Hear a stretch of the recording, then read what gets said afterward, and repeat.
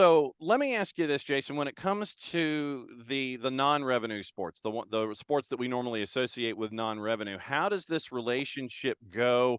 Because we've seen in some instances when folks transition to Division One, the conference is different from the landing spot from the larger sports. How is this integration happening with West Georgia? Is it all in that ASUN direction, or are you envisioning some of your teams heading to other places?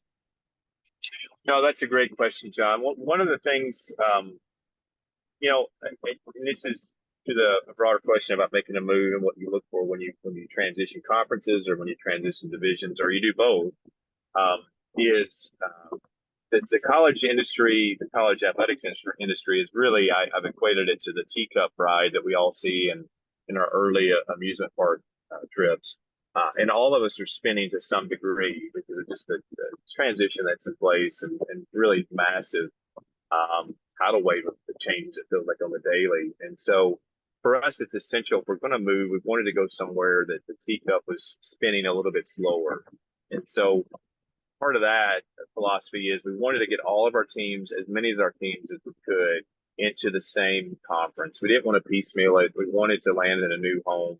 The Gulf South Conference has been a great home for West Georgia, University of West Georgia, and all the various iterations of names we had before that. We were Braves at one point in the league. We've been Wolves in that league. It's been our home for athletics. And so we didn't want to just kind of go in haphazard and split ourselves into different pieces, which also challenged us with the UAC model for football, if I'm just being completely honest. But we worked through that.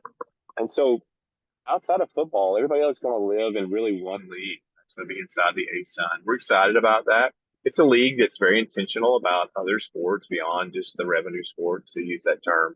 And honestly, these are moves when you go up to Division One. One of the things that is often overlooked is that those non-revenue or Olympic sports are places that you can make some investments and get a really fairly quick yield in those places too. And you do that with some intentionality. So we're excited for that. We're excited to be under the ASUN umbrella.